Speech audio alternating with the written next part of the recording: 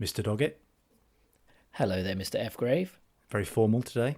Thought we'd start Yeah, formally. we are, aren't we? Yeah, we're here again for another episode of More Than Mostly Comedy Podcast. Yes. Quite exciting. How are you? It's very you okay? exciting. I'm good, thank you. Yeah, how are you doing? It's a bit sweaty, but that's because we've just recorded an interview, and I just get a bit sweaty. I get adrenaline's excited when pumping, when you're there. Makes Well, me it's sweaty. nice to see you. It's nice to see other people other than my own family in this bizarre time that we're recording in. So, yeah, for anyone listening beyond this current situation, we are recording during the coronavirus. Shall we say that lockdown thing. number 1? Because we Lockdown don't know. 1, yeah. The first instalment of this. But Someone in the future is listening to this podcast and going, little did they know there'd be another 4 of these. they're all dead. It's like the Yeah. dinosaurs all over again. No, we won't go that Yeah. bleak. No. But we've been trying to turn it to our advantage, haven't we, Glyn? Because last time, obviously, the last episode we did was with Kate Robbins and Norman Lovett, and that Yes. was live at our Yeah. venue, Mostly Comedy. That's right. Yep. But that was recorded pre-lockdown. Yes. And we did the links during lockdown, and now what we've did. decided to do, because we can't do the gigs at the moment, is we try and do a few using Zoom and various other meeting apps. Just Yep. having a little chat with some comedians and catching up this way. So we spoke to Arthur Smith today, didn't we? Which was Nice. Nice. It was great. It was really good. And what we did is we had offer tickets. We sold sold tickets for the gig. As it were, and we had an audience there as well, and they were there to listen, and they added questions through the chat, and also previously on Twitter as well. So we've had it's great. So we've had people interacting with it as well, which has been really nice, and it's sort of the next best thing to doing what we started with the live on stage podcast, where we actually had people tweeting and stuff during it. So we've tried to sort of carry that on, but in a virtual way. And the nice thing was, because this was supposed to be the next gig anyway with Arthur Smith, so it was nice to sort of still keep it going, even though we couldn't actually do it properly. Who needs a venue, Glyn? You don't need a venue. Who needs a venue? Just have my lounge in your room, whatever room that is. It's a that you're in. non-specific room. Yeah, I was going to say, it is very non-specific. Yes, Plant pot. Yeah, it's my sexy room where I go for sexy times. I don't. That's horrible. But yeah, so we spoke to Arthur Smith, had a lovely chat, and so when you hear us talking about the questions we had thrown at us, you'll understand that it's because other people were watching. We had quite a good turnout as well, didn't we? There was a few people there. It was a nice experience. It was a nice way to spend the evening. It really was. Yeah, it was. No, it was really good, and so people know there will be more. Now we've done one, and we thought that went well, so there will be chances to join in the next one. We'll talk more about that at the end. But Exactly. And what a nice person to speak to, Arthur Smith. A legend, a comedy legend. So just the first time I met him, you weren't there actually, Glyn, but it was the first Edinburgh we went up to in 2008. And I was having a drink with Paul Harry Allen, a friend of ours who's a comedian.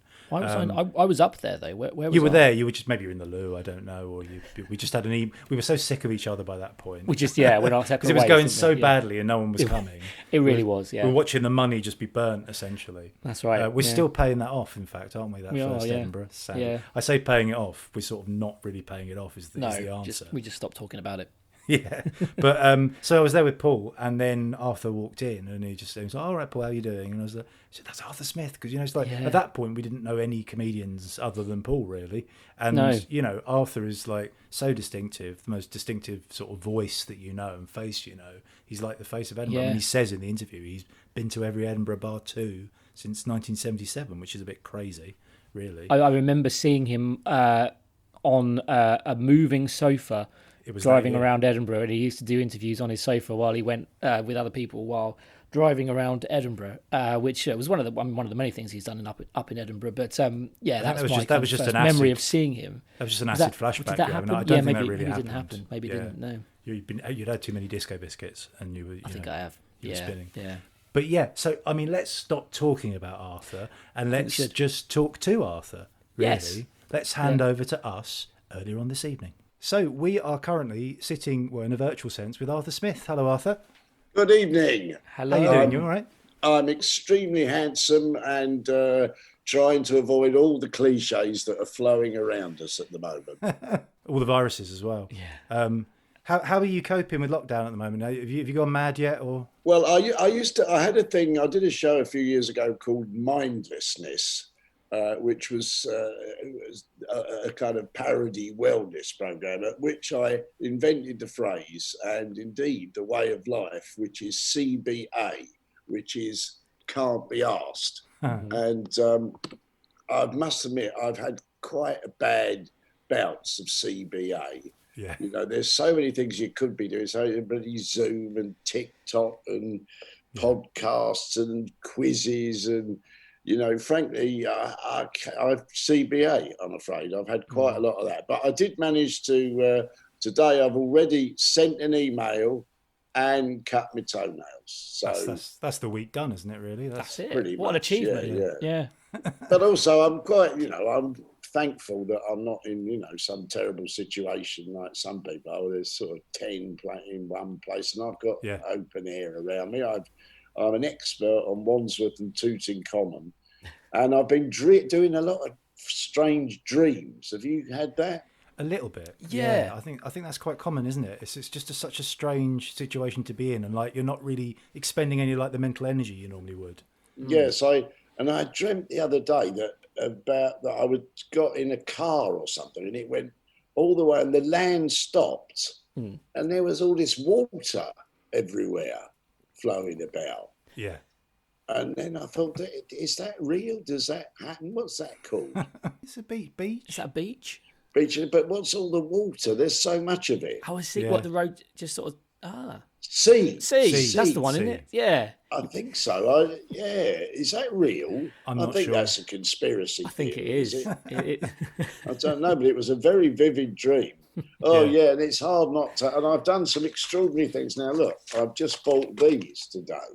Oh, lovely. See that? Viennese whirls for the. I haven't had a Viennese whirl. That was like the best thing you could ever have when I was a kid. A Mr. Kipling Viennese whirl. Yeah.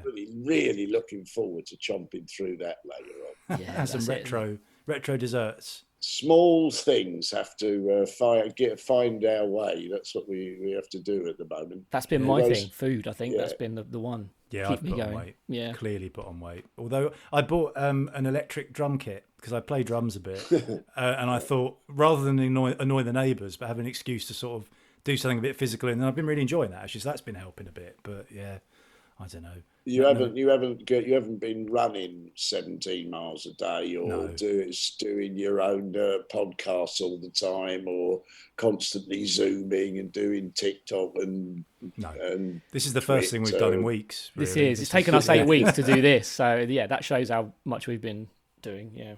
Well, it does make you wonder how comedy is going to change, and obviously, a bunch of people crowded together in a theatre is not going to be happening anytime very soon. No, I know. So, you know, we have to find a new way forward to sending the laughs into the universe. It's a weird one, isn't it? Have you done any online gigs, where you've done material so far?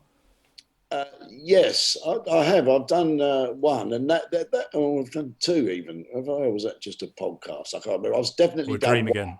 I know I've done two. I've just remembered. Not that it really matters.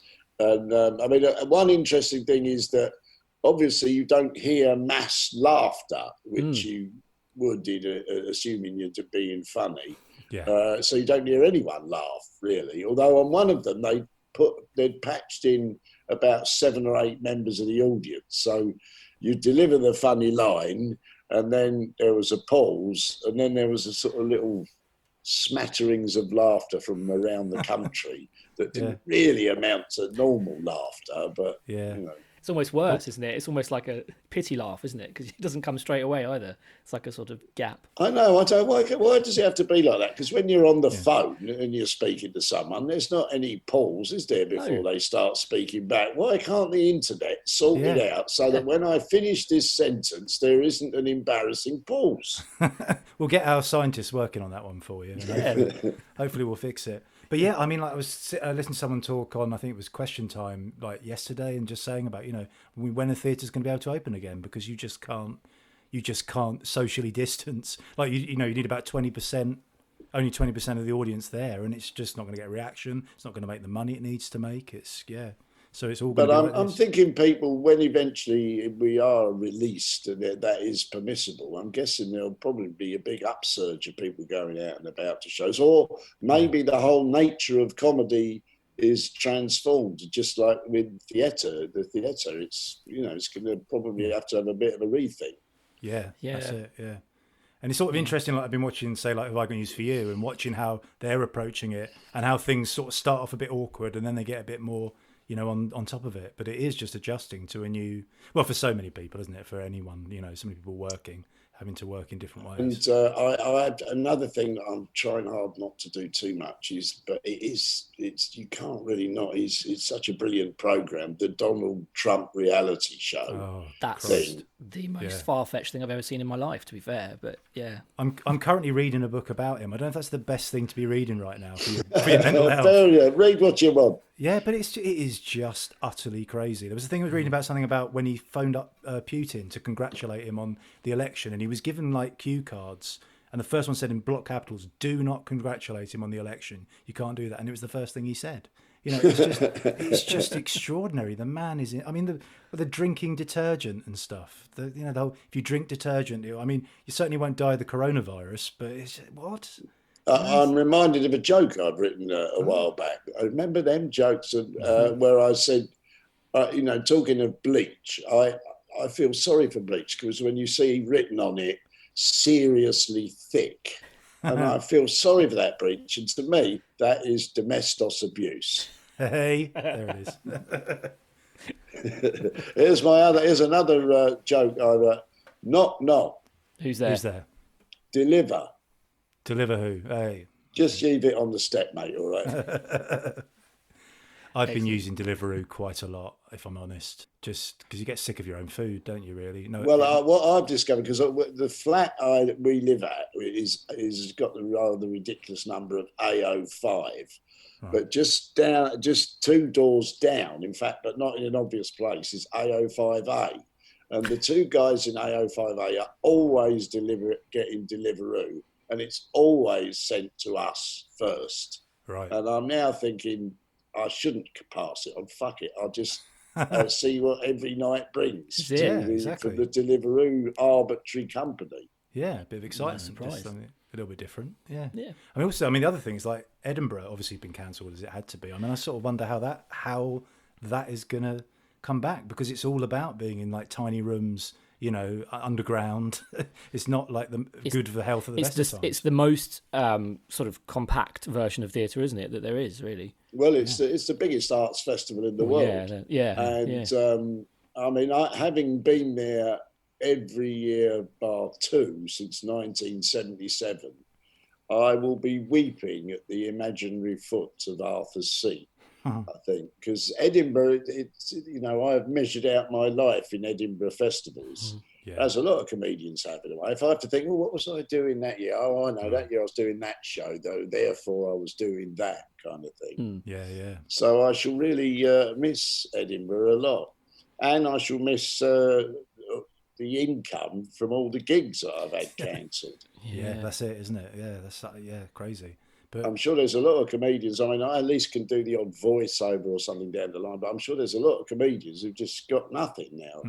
Well, that's it, yeah. And, we've had to cancel all our dates. Obviously this helps, but yeah, it's crazy. And like you said, Edinburgh, I was going to do a show about my dad this year because he passed away last year, and I was so sort of aimed and ready to go with it. And you're like, oh, it's not. So part of me goes, great, I've got another year to write it, but that's not going to happen, is it? It's clear. Yeah, but it's not just Edinburgh, is it? Then it's all the previews leading up to that. It's all the other nights you do where you're preparing material. So everything, isn't it? It's just kind of gone. Yeah, it's a sad thing, and all the other festivals as well.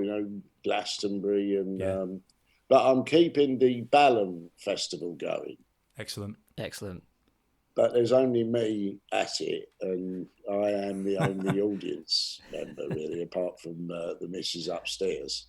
So you're sort of covered. You're all right. But today I've done some few good arbitrary things. Today I made a list of the most famous Americans I've ever met. Oh, okay. And it's quite good. I won't do them all, but I'll pick a few out. Stephen Sondheim, Gwyneth Paltrow, Arthur Miller, and Bill Clinton. There's 4, for example. That's pretty impressive. Yeah, Bill Clinton. Arthur Miller's a good one as well. That's sort of. I know, disappointingly, I don't have a great story to go with it, but I kind of had lunch with Arthur Miller because of someone I knew him, and I went to lunch at his place in New England, and he was utterly charming, but I had the most terrible hangover. This is from my drinking days, and I couldn't think of anything to say, and I was desperately trying to avoid mentioning Marilyn Monroe as well, obviously, because even though he was one of the great playwrights of the 20th century, all anyone ever wanted to ask him about was being married to Marilyn Monroe. Wow. What year was that? Do you remember? I'll tell you what, that was 2000, because that very year I was in New York, and I was in the World Trade Center on September the 11th, 2000. Right. But of course, it was the year after that. But I remember at the time thinking, I was there this time. Oh, yeah, that's where I was. I was actually in a year before it happened, obviously. Yeah. Great. Yeah, it's great. I saw people talking about like the most famous people they just sort of bumped into, and I think the one of the best ones I saw was Quentin Tarantino. He was in the vintage magazine shop in Soho. And I went downstairs, the room downstairs, and there was this guy flicking through film posters. And I thought, I know him, I can't think of it. And he sort of gave away. And I was like, fucking hell, it's Quentin Tarantino, insane. So that was quite Did he wave at you, did you say? Yeah, but like, obviously he knew I was. Yeah, no, I mean, like, just like a sort of like, he's like, fucking hell, it's David Ephgrave. He's massive in Hertfordshire. Yeah. But, that was quite exciting. What's your one then, Glyn? I'm just racking my brain trying to think of any Suggs. I remember seeing Suggs. And it was, I mean, there's been many, but I'm trying to think of like I've got a Suggs story. I once did a radio program, a couple of radio programs with Suggs, and we went back when he was like 10 or 11. He'd gone to Wales for a year, and had been in the primary school. Was it Tenby or something like that, in Wales? And we went back there, and the school, they were welcoming us back. And of course, he was famous, Suggs. And we went into morning assembly, and the teachers had arranged for all the kids to start singing I've been driving in. I know, is that, wait a minute, what's that's Madness. Yeah, that was, is that that's Suggs, yeah, Madness. And all the kids started singing that, which was about the sweetest thing I've ever seen, I think. Amazing. You used to be in a band, didn't you, Arthur? I was in a band for a couple of years, I was in a band we were called the Rolling Stones, do you know? I was in the Beatles. I used to play the drums, but I thought they're not going anywhere, so I left. I was in a band called, we were first of all called The Results, and we were kind of a bit of a kind of slightly comedy punk band, Probably my hero then was Ian Dury. That's what I kind of wanted to sound like. And we did do a couple of Ian Dury numbers. Right. And we played around London and for a couple of years. But then we all fell out over money. And, and I went into comedy, really. Yeah. Were you the singer, did you say? I was, yeah. I mean, I could sing all right, but, frankly, it was a bit like the classic, me filling in bits between the numbers were getting longer than the numbers, and I was getting laughs, and then understandably the rest of the band were pissed off. But maybe I should put them out. I've still got a few recordings. We wrote our own songs as well. Right, yeah. And in fact, I came third in the NME New Songwriters Competition of 1978, I think. That's pretty impressive. That's pretty impressive. Yeah. Third place. I was in a band as well, and we supported Slade, but it was without Noddy Holder, so that was quite disappointing. Don't think that is Slade, really. Was there a sort of pretend Noddy Holder? He was like a session singer, and he was good. And they had Dave Hill was there, and why was Noddy Holder not there though? Because he's still around, isn't he? Yeah, but he just stopped doing it, didn't he? He retired. Although we did a gig together, didn't we, Glyn? We used to run a 60s show, Arthur, and I sort of was a musical director on it and played bass, and we did a party for some sort of record function thing. We did. And Noddy Holder was right at the front, sort of pissed, singing along and dancing. With Dave Clark from Dave Clark 5, randomly. Blimey, yeah. And I'm feeling Yes. glad all over. That's when we- yes, summer. We were That's so the- worried the- because our show, we had at that time, we had a corporate gig, and then we had the show that was called Glad All Over. We'd called it that, and I was wearing a Yeah. T-shirt with Glad All Over written on it, and I suddenly realised I hadn't. Like, he's like paid for that. notoriously litigious as well. He's Yeah. like, he Is he? doesn't like it. Yeah. was Although, waiting for him to I sue mean, me. I hope he doesn't listen to this podcast, but he did look a bit like a Klingon. He had this like slightly frozen face. It was a bit, but no, he was He's nice. still alive, Dave. I think so. I don't know. This was a few years ago, so I think he's still going, yeah. But it was very surreal when you're like singing like songs and there's Noddy Holder with like the most distinctive voice you could imagine singing back at you. It's very, very, very surreal. Very bizarre. yeah. Well, I've met a few famous rock. I met Elvis Costello in a pub in the Fulham Palace Road, just when he was like at the height of his. And I went up and said, "Oh, are you Elvis Costello?" He said, "Yeah." I said, "I bet you get a lot of twats like me coming up and say that, don't you?" He said, "Yeah." I said, "Do you want a fag?" He said, "Yeah." And that was it. I got 3 yeses from Elvis Costello. Brilliant. That's not bad going.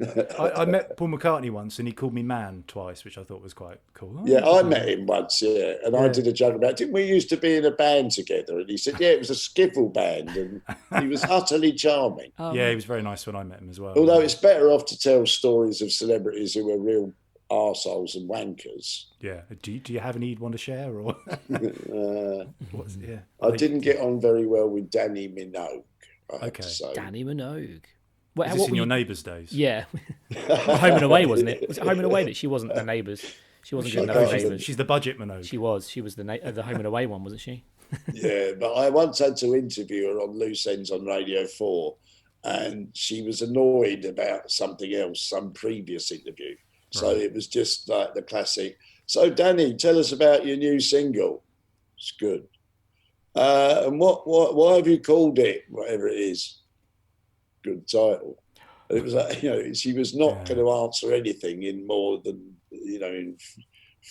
more than 4 words, probably. Right. Which is not which was good a bit hard promo. going. Yeah. I don't you find though that the nicest, often the biggest people, the most successful people, the most well-known people are the nicest. Like McCartney's a really good example, but just really. Yeah, and really I'll tell you, charming. I met on my some more on my list of Tony Bennett. He was utterly charming, as was Martha of Martha and the Vandellas. That's cool. Nora Ephron, and Robin Williams was a bit of a laugh as well. Robin Williams. Did you? I did a gig with him. He used to do this in the 80s. It would have been, I suppose. Wow.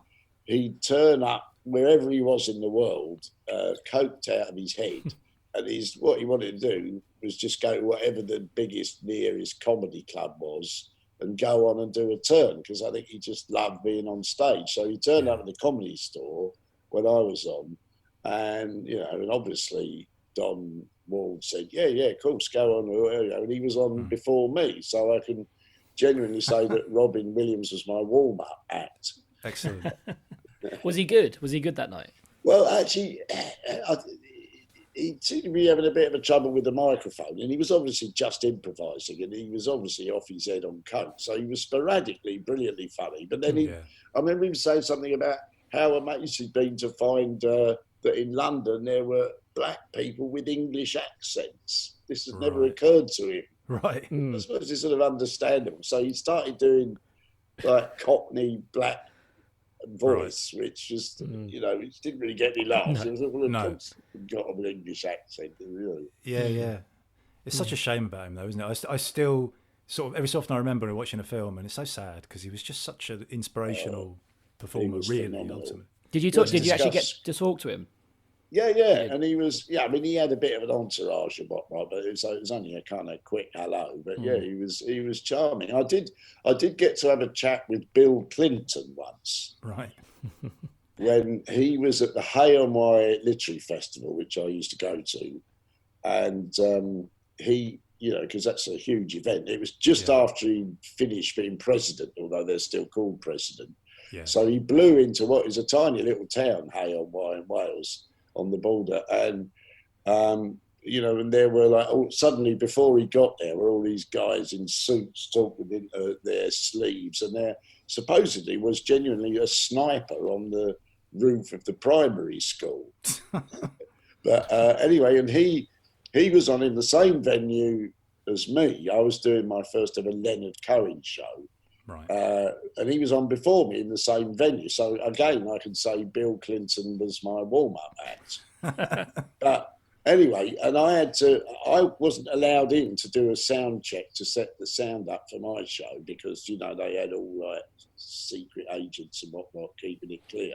Yeah. And then, so I attended his talk, which was about conflict resolution. At the end of it, there were questions, and I said, look, how long are you going to do here? Because I've got my show and it's already an hour after the starting time. Right. And I subsequently discovered I was nearly at that point bundled to the floor by the Secret Service. Did he find it funny? Did he actually? Yeah, he did actually. And then as he came out, I understand that there was a bit of a crowd queuing up for me singing Leonard Cohen or something. Because I then, later on in the evening, after I'd done my show, I was invited to some swanky do where Bill Clinton was the guest of honour. And he did a kind of walking down the line saying hello to people. And he got to me, and I was with a Radio 4 producer who was desperately trying to get the thing going. Anyway, I said, I've got a bone to pick with you, Bill, because I had to go on an hour late because of you. And he said, oh, well, you're Arthur. And he'd seen this, and he'd heard Leonard Cohen. I said, yes. He goes, Suzanne takes you down.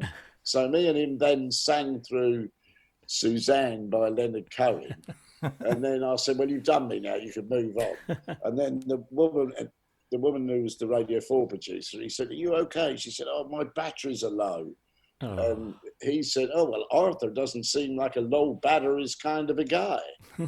So that was my write-up from Bill Clinton. There's your compliment. And then since then, he's not been in touch. I've not had a Unbelievable text or anything. No. Yeah. But it was interesting to see the way he just finished being president and he swarmed into that room. And I think you could hear women swooning. And he was quite charismatic, I have to say.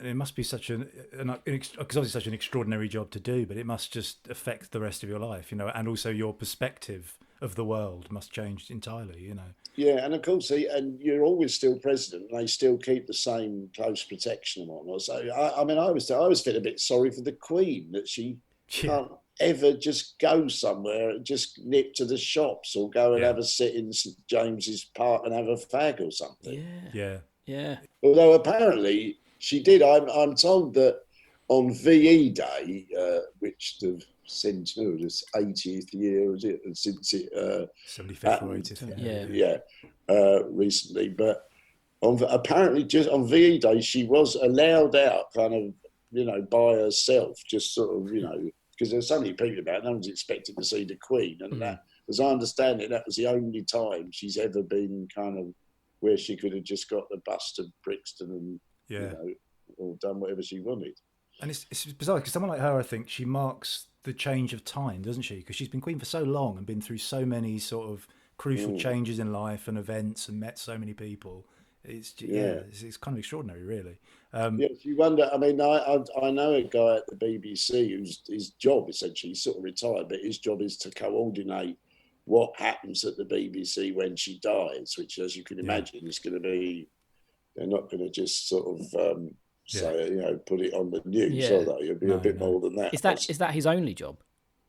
Yeah, I think so. Yeah, I mean that's a job, isn't it, to have? Well, he's sort of retired, I suppose. Yeah, he's just always off the end of the line, just waiting. Waiting for the money to come in, waiting for that to happen. It's interesting job to have. I was going to ask you as well, Arthur, because obviously one of the things you're really, really known for is Grumpy Old Men. But didn't that? I mean, that started something like 2003. So weren't you you were about 49 or 50 when you started that? Were you? Yeah, you mean I wasn't old enough to be a grumpy old man? To be grumpy, but you couldn't be an old man, surely, you know. Yeah, well, that was interestingly at the time. It was the premise of the program was it was actually by old they meant kind of there was some spurious survey about men between the age of 45 and 55 or something are most likely to be miserable cunts. And in fact, I know a couple of older comedians who were a bit pissed off they weren't invited on. Really? And then I heard of, and then someone like, I gather Griff Rhys-Jones turned it down because he didn't want anyone to say he might be old. So, it was... But I mean, I mean, that was the thing that, ironically, I'm best known for, probably because I'm not particularly grumpy, to be honest, but I can be if you want me to be. For fuck's sake, get a grip, man. Yeah, if the money's right, I'll be grumpy for you. Yeah. Yeah, exactly. How I mean, you sort of said you started comedy really in the band. How did you start out? What was what? Well, actually, in comedy, I was. I'll tell you what, I'm going to do something really shocking here that you used to be able to do at gigs, but you can't do anymore. I'm going to have a fag. Oh, That's fine. That's okay. It's like the old days. Yeah. Hang on, if I can find a lighter. But this is in the days when you used to have a fag when you went on stage. Yeah. Lighter here somewhere. This is my hilarious looking for the light. Right, I'm going to have to stand up, put my hand in the pocket. It's all right. Yes. I've got my tourniquet and my syringe of heroin here, so I'm just all right. already going. Yeah. Constant. But so I was originally in a student review in 1977. This is before I was even in the band. And we went up to the Edinburgh Festival and did a show, predictably to 3 people to start with. And then we went up every year. And in those days, there was no stand-up comedy at the Edinburgh Fringe. That didn't come till 82 or something. Right. And when it did start coming in, and when I first saw Alexi Sale at the comic strip, I thought, this is interesting. And so I started doing really stand-up. I was a bit coinciding with the end of the band in the, this would have been the early 80s. And then I got to do a lot of comparing, and then I started. And there were beginning to be more and more clubs building up from the alternative comedy scene, alternative cabaret, as it was called then. And then I ended up, emceeing at the Comedy Store one weekend, and Jongleurs, which was the other big club at the time, on the other weekend. And, that was where I all started, really, as a stand-up. But I'd been in this review playing characters, and although I was always better, really, just as a version of myself. Was it easy to earn a living, at the beginning, or was it? Well, that was another thing. People didn't really do it at that time to earn a living, no. but you used to get paid. I mean, it's kind of ironic because it coincided with the arrival of Mrs. Thatcher, really, alternative comedy. It was a bit like, comedy's version of punk. Yeah. And which always seemed a strange irony because, of course, Thatcher was, she was all for, like, get on your bike, like Norman Tebbit. That's what a comedian was doing. It was just himself or herself getting up and trying to find a job. Yeah. And, it suited the individual investigation of the world. But, of course, everyone on the scene then hated Thatcher. Yeah. Just like most of the regular guys were all fans of Thatcher, the sort of Stan Baldwins and the Jim Broadbent, Jim Bowen, is it? Davidson. Oh, yeah. Jim Bowen came. They were all called Jim back then. Yeah. There were fewer names around back in the 70s. You just had to take what you were given. There weren't so many invented then. Yeah. So from comedy, where did you get into the writing stuff then as well? Because obviously you've written. Yeah. Well, when I was a boy, my mother was a great fan of the theatre, and she was a great reader of novels and poetry, and she turned me on to that. And we used to take us to the National Theatre had just opened then, and she'd go and queue and get tickets. And then at university, I went to the University of East Anglia, which had a sort of reputation for doing creative writing almost as part of your learning. So, say instead of writing about the form of the sonnet, you could write a sonnet. Yeah. And I studied drama there, and I just, I went to a lot of plays. So I thought, oh, hey, I'll write a play. Right. And I wrote a few plays. You were nominated for an Olivier, weren't you, for one of them, which is quite impressive. That's right. Yeah. And I remember going to that. And the one, and actually, this was an evening with Gary Lineker, the play. And it was running in the West End. It was doing really well. And it was getting huge laughs and well reviewed. And then the one that won that year was, frankly, wasn't very good, and no one really noticed it. Right. So ever after, I thought, oh fuck, I can't be asked for the Royal shows. Yeah, exactly. Not unless they're paying me to compare them. Well, yeah, I saw. Didn't you turn down the Perrier lifetime achievement? Was it or something? For Yeah, that reason? I did because I don't know, awards are a bit annoying, and then I accepted it a couple of years later because there was a cash prize that went with it. Yeah. So, yeah, I mean everyone's an award. I mean Yeah. everyone now is a multi-award winning comedian, aren't they? I mean, how many hundreds of awards have you won? Oh, apart from us, I think we're apart the from two. us, yeah. We're like the control that measures the rest of them. Just I think. invent an award, set Yeah. up some website. Yeah. I won best band in Hertfordshire with my band in 1998. So It's an award. everyone knows that. Obviously. exactly the one and only time it ran. I just thought, is it no longer the best band in Hertfordshire going? no, I think No. we peaked. I think, No, but you after us, they were like, there's no, there's been no way. so Can't many have anything since. better. Look, gonna you're say- meant to have had a look, see if there's any questions on the side. Oh, I I'm was just look- going to I'm having a say, little we've look, got a message from Pete, because for the people who are listening who aren't here now, when you listen back to it, because we're doing this through Zoom, other meeting apps are available. We've got some things being sent through from the people who are listening in from our mostly comedy audience. And we've got Pete there, who's a regular, said, I used to work backstage at Hay, was madless when the name like Bill Clinton was appearing. So, yeah, it's proof. It's proof that it's true. I've also got some questions, actually, Arthur, that we had sent in via the old Twitter. Let's find a good one. Well, this one's relevant to now. Who was the last person you shook hands with? That's John O. West asked that. Do you remember? That's a good question.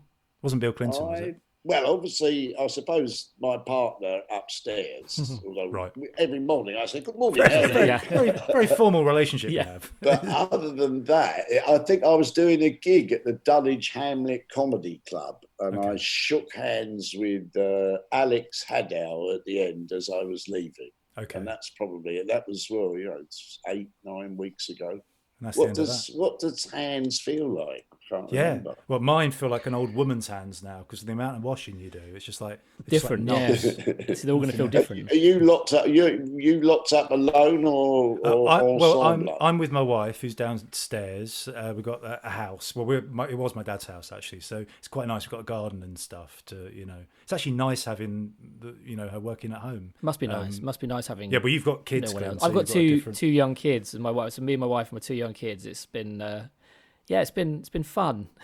I say in a kind of strained way. Yeah, it's been. I have a ups and friend downs.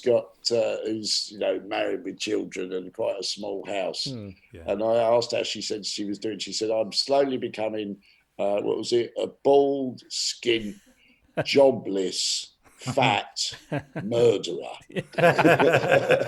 Yeah.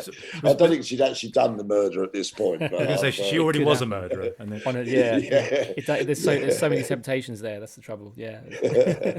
I'm gradually becoming passively stoned because the people next door, they permanently smoking weed. And you literally wake up and you're like, can I smoke really strong smell of weed? It's extraordinary. It's quite nice in a way. yeah, Calms you down, doesn't it? A bit. That's good. It does, yeah. Well, I mean, I feel a bit sorry for all. A lot of these drug dealers have been furloughed, haven't they? That's it. Yeah. Yeah. There's no one doing benefits for them. Oh, that's it. Yeah. And it's not like you can go into a toilet cubicle and buy, scores and weed, but you can't even do it. Not in your anymore. own toilet. You can't. No. Yeah.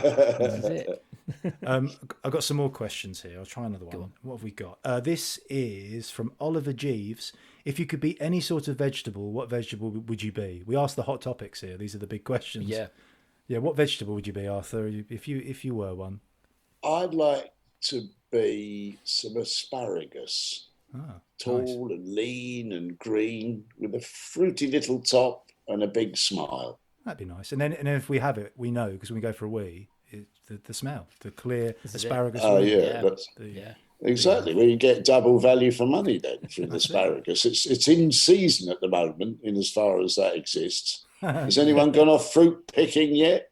No, not yet, but probably will have to. I think That's a good point. Actually, there'll be a lot of fruit out there that's not being picked yet, isn't there? That's a thing. Who's picking that fruit? And I haven't still got them. Yeah, that's something to look forward to.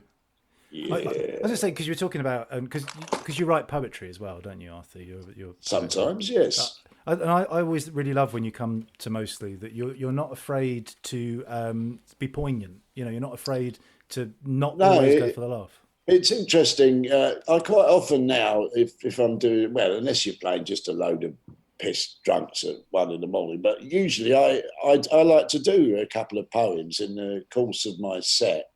Yeah. And I'm always surprised because they're not funny poems necessarily, Cutler, but people always clearly appreciate them, and it lends another dimension to an evening. And you come to realise as well that comedy is usually words very carefully chosen for an effect, which of course is exactly what poetry is. It's like comedy, music, poetry, they've all got a rhythm, haven't they? And it's essential to it. Do you think you would have been able to do that sort of thing when you started out, or is it something that as you've become better known and I've always liked poetry, and I've always been interested in it and read it a lot, but when I started out there were a few poets, but I mean they would have been doing comic poems of their own, like Phil Jupitus, who used to be Porky the poet. Johnny Eclair started out as a poet. So there were poetry acts, although they tended to be kind of fairly rhythmic, rhyming, hitting the punchline on the rhyme.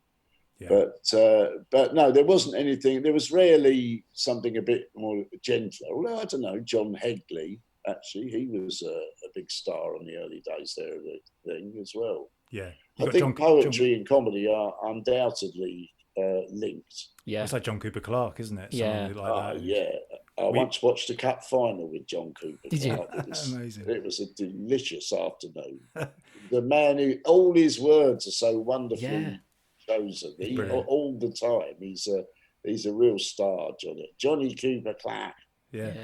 And he did mostly, like Glyn was saying, last year. And I mean, he's a really good gag teller as well. And he's just got a great he's just brilliant. And he's such a nice bloke as well. Really, really nice guy. Yeah. He's generous and friendly. And let's talk about someone who we hate, though. That's much more interesting to people watching and listening. I know, the gossip, isn't it?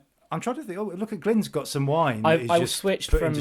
I had it there, and I was like, you know what? I'm going to start the wine because that's. It's been most nights. To be fair, it's kind of my one saving grace. In the end of the day, it's like wine time. I got vodka. Well, I don't know. Reckon that the world's full of drunks now. That the liver disease is kind of getting out of hand. It is. Isn't it? That and obesity. Drunk near us, who we see everything kind of wanders by the front of the house at midday.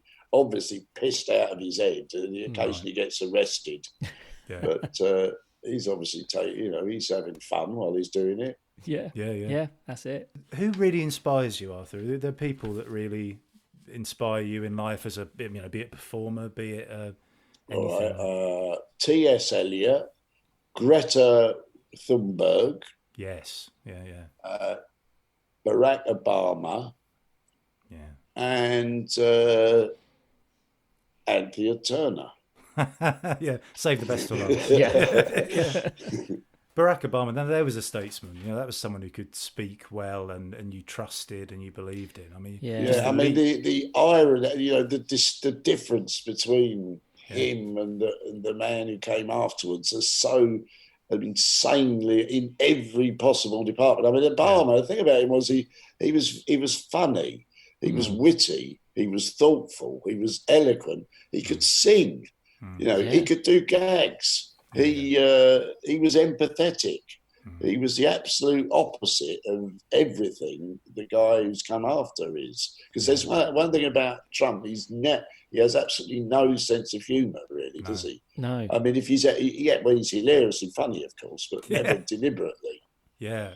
It's literally a thing you can see. You can't imagine him laughing at a thing or listening to anyone, can you? It's a complete narcissistic.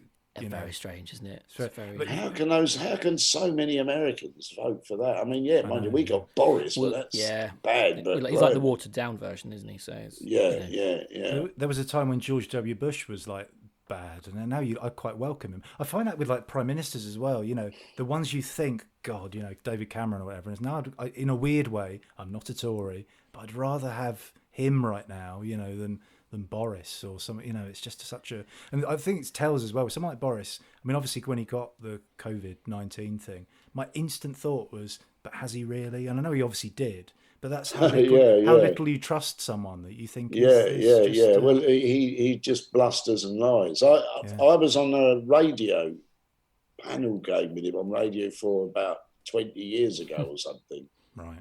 And I remember calling him a Tory bigot, and he said, "Oh, I say that's a bit strong." And looking back, I'm quite proud of that. Yeah. You should be.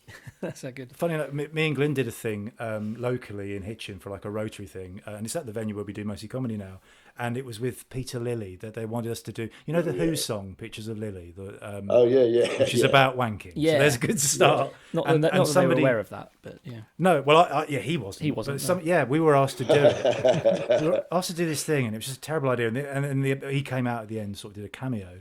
And he phoned us up the day before because he was really worried about it, you know, because he'd heard what the song was about. And the terrible thing was, so we did this event, and at the end he comes on, you're not expecting him to be there, gets a big laugh, round of applause, and he walked off the stage, got in his car and was gone. So by the time he went off, he'd already gone. Didn't say thank you, didn't say... And, you know, you just think, well... There's no wonder, you know, that's clearly not a good person. You know, and we spent a lot of money on that routine as well. We bought cardboard cutouts of his face. We had his face printed on our T-shirts. The whole song was pictures of Lily, and it was all pictures of Lily's face, wasn't it? His face all over everything. And then he comes out with a mask and takes it off. And then he took it off. That was the reveal. Good game. But we helped him bloody get in. And well, I'll tell you what, another celebrity I didn't get on with at all was Engelbert Humperdinck. Remember him? Yes. He was meant to be again on Loose Ends on Radio 4, and he turned up and he thought he was being interviewed by Mariella Frostrup, and he was told it was me. Right. And he just didn't like the look of me. And he just turned and fucked off. Really? Without even, you know, I said, well, I'm sorry. And he just... but then it actually turned out rather well because Ross Noble, who you'll know, was on the programme. Yeah. And we agreed, me and the producer, because it was live then, we couldn't do anything else. We agreed that I would ask the questions I was going to ask Engelbert Humperdinck to Ross Noble. And of course, a brilliant improviser, kind of completely got away with it. Brilliant. Engelbert Humperdinck famously kept Strawberry Fields Forever off the #1 spot. You know, Did he? Strawberry Fields Forever and Penny Lane, double A side. It was the first Beatles single in a long time to not get to #1 because Please Release Me held it off. And that's like, you know, my wife has just come in with a beer, which is nice. So look at that! See, you felt. See, she's. But yeah, Engelbert Humperdinck, Christ. Apparently, when he was on Desert Island Discs, he picked 4 of his own songs. Well, there's a sign, isn't there? I mean, come on! I mean, just fucking hell. I'll go for another question on the sheet here.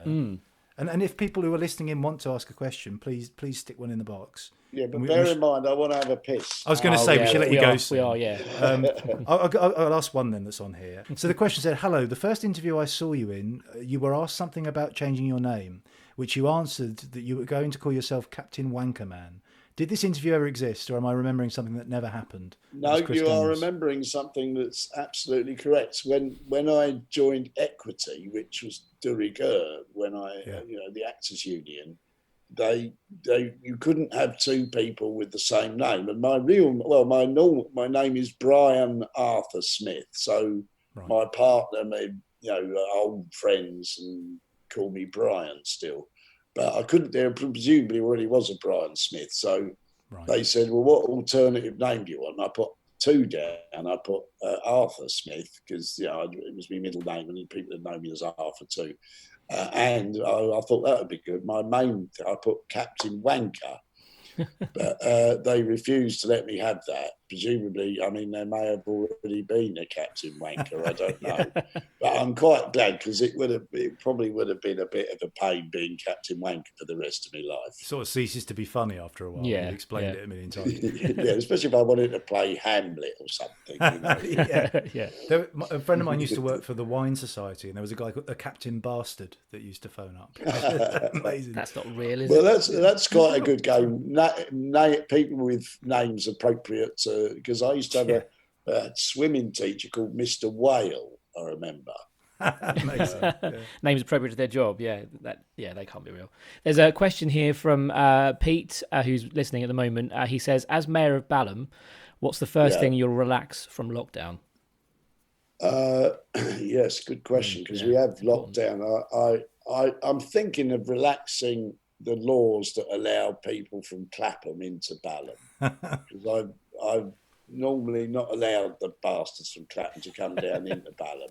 But I think part of the COVID-19 scene is that we've all got to love each other a bit more. Yes. And I'm going to try and love the fucking bastards from Clapham, but never anyone from north of the River Thames. I'm sorry. North Londoners, you know, in North London have little blue plaques commemorating famous people. In South London, we have big yellow signs saying, "Did you see this murder?" That's a gag, obviously. Yeah. Also, a question from Stephen. Arthur, do you need a van? Do you need a van? Sadly not, but if he wants to send one anyway, why not? Okay, not like a stretch limo or anything, a van. Yeah, just a van, yeah.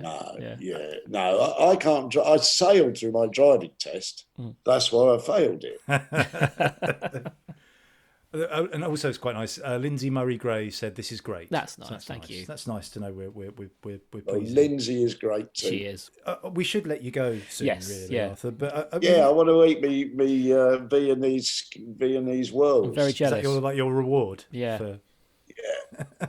But I believe you've got. Do a bit of a plug. You've got a fairly new book out, haven't you, at the moment? Yes, that's right. Some of the stories I've said this evening are in it, and there's various poems and rants and reportage and stories and anecdotes. And at the time, I bet Nigella Lawson once £200 she wouldn't eat a jar of pickled eggs. Did she do it? Well, you'll have to buy the book to find out. There's another thing I noticed as well, that your Bal and Bash series is on been back on Radio 4 Extra, isn't it? Yeah. That was but that was recorded in your house, wasn't it? It was actually where I am standing speaking here now. We had Squeeze playing and the Alabama 3. Wow. Comedians dotted around the house. It really was here. Yeah, you were doing this amazing. Before it was actually necessary to do this. Yeah. So you were just out of choice. That's right. Yeah. You look like you've got a silly hat on your head now. Do I? This is it. Yeah, it's like some sort of. It's like the Jewish hat, isn't it? The downside of putting a screen behind me. It's like things I'm not even aware of. It's terrible. We're getting lots of lovely messages now. Annette Helliwell said, "Thanks for brightening up my Friday evening," which is nice. Annette, I hope you have a lovely morning too. Yes. and Phil from his iPad said, "Whirly, whirly, good." Love it. I think that's just a reference to the. I think Phil's had a few. Yeah, clearly. Good on him. Thank you so much for doing this, Arthur, and also thank you for coming to Mostly Comedy as many times as you have. Because your voice is such a distinctive voice of comedy. When you first played Mostly, it was a real event for us. Yeah, well, thank you for inviting me, and I hope that I'll be back there again soon and seeing people in the flesh. Yeah, yes, I look forward to it. Yeah, thank you so much, Arthur. Take care. Thank you very much. All right, cheers. Bye bye. So that was the brilliant Arthur Smith. Bloody was and all, and he's brilliant. He's such an easy person to talk to, and I mean, people who have stories about having had a meal with Arthur Miller. I mean, for God's sake. It's ridiculous. Yeah, exactly. It's crazy, wasn't it? And it's funny enough, I knew beforehand that he'd had met Robin Williams. Oh yeah. But the fact that he wasn't even listed in the first sort of list he did, I was like, oh my God, how many how many huge people? And then when he said, to me, who have I met, you suddenly think, I can't think of anyone of any note particularly that's going to be Arthur worthy. Smith. I mean, him. I should have just said you, just you. But I don't know. We've met a fair few people, but we have. It's like in that moment, you panic and you can't think of anyone. Well, you say you kind of I suppose now if I think, I still can't really. I mean, just through Mostly. This is it. Through a lot of it's through Mostly Comedy, or just generally through acting jobs or doing stuff in London. But a lot, it's difficult. I mean, I suppose your wife did a play with John Altman, Nasty Nick. Nasty Nick. And we were in a very strange situation watching her having to kiss him. Was it kiss him? Yeah. Although he didn't he have a cold sore? He had a cold sore, which I don't know. He'd want everyone to know that, but who cares? Well, it just proves he's a real person. We all get the occasional herpes. There's not much you can do about that. So he did a really awkward kiss. I seem to remember, but and just the fact that he was. I mean, he was. I never thought I'd see your wife kiss Nasty Nick. Nasty Nick from EastEnders. I know, but I have to say. Lovely bloke, great kisser, and great kisser. Yeah, he did it for me as well afterwards, just to make me feel not so jealous. The funny thing was, you had a cold sore, and then he had a cold sore. I'm not saying anything, I'm But not speaking. anyway. But yeah, no, there's been people. I had in my head when we were talking to Arthur, he mentioned the famous people. Afterwards I thought, I could have mentioned when I met David Beckham, and I was like, no, that would have been I so didn't know you rubbish. met David Beckham. Do you know? I met him. Hang on, so no, maybe. so I met him. When I say met him, what I mean is I went to Luton Airport with a friend's family to see the England team go out to wherever it was they were going at that point to play some Euro or World Cup. I don't know football, so I don't know when it was. But all I remember is that I was a fan of the Spice Girls, as you know, and You own a special commemorative edition of Spice World the movie, don't you? In a tin. In a tin. Not just in a box, but in a special tin, limited edition tin. But I knew it. There was a rumor at the time that he was with Victoria Adams, who ended up being Victoria Beckham, of course.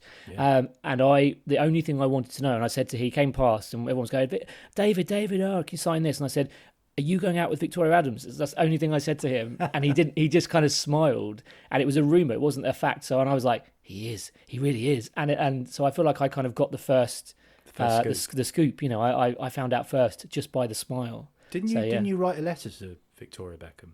Let's not talk about that. Okay, let's not talk. Yeah, she never replied. I don't know if I sent it to the right address, but she never does. What was the address? Victoria Beckham, Spice World. Spice World. Yeah. the big Union Jack bus. I don't know. Yeah. That's what they drive around in. Yeah. That was So that was David Beckham. Anyway, so back to the interview and the podcast. That was good. It was great, and it's nice to have Arthur as our first person for this way of doing the podcast because he's such a nice guy and an easy person to talk to, and it was a lot of fun. It was. So as Glyn said before, not before we started, because that would be weird, but while we were doing the intro before, we have lots of other episodes of More Than Mostly Comedy. We have our most recent one prior to this with Kate Robbins and Norman Lovett, which is available. If you obviously Google it, if you go to mostlycomedy.co.uk, if you go to Spotify, Apple Podcasts, Google Podcasts and the rest, look up More Than Mostly Comedy. You'll find lots of episodes with lots of great people. Phil Jupitus, Catherine Ryan, John Thompson, Paul Daniels, Richard Herring, Debbie McGee, obviously with Paul Daniels. We didn't not separately. Yeah, no, that'd be weird. Yeah, just coincidental. But listen to that, and we'll have another new one coming out very soon as well. So keep an eye out for that. Also, if you go to mostlycomedy.co.uk and join our mailing list, you could watch or listen in to the podcast as it happens. Send your own questions. Living the dream. Yes, indeed. Be interactive, but join in with us, which was really great. And I have to say that was one of the fun bits of tonight was having people there listening to it with us and joining in. So. Perhaps we could do I remember the first sort of interactive thing you ever saw like that was when they did like a scratch and sniff thing when they were doing Going Live or Live and Kicking. Do you remember that? And you got, I think it's with Fast Forward magazine, which I was a subscriber. You got a little card with all the smells and you had to scratch them at the key moment. Perhaps if you rub your armpit on a bit of card. Yeah. I'll rub my armpit on a bit of card. Yeah. And we could send that. Let's not do that. That's a bad. Let's not. And I remember with that as well. I do remember doing that, and everything just smelt the same. It smells of slightly scented cardboard. Yeah. Nothing smells nice. Everything just smells the same. Is that what they're intending us to have? The name, scratch and sniff. It's the two grimmest words. They might just well added the word moist in there as well, and then don't. Moist, scratch and sniff. Horrible. Yeah. And gorgeous. What a great word to end. What a great word to end the podcast on. And moist, scratch and sniff. Thank you for listening. Thank you. And we hope to have your ears with us again sometime soon. Yes. See you next time, but we won't because we can't, but you'll hear us. Yeah. Bye. Bye.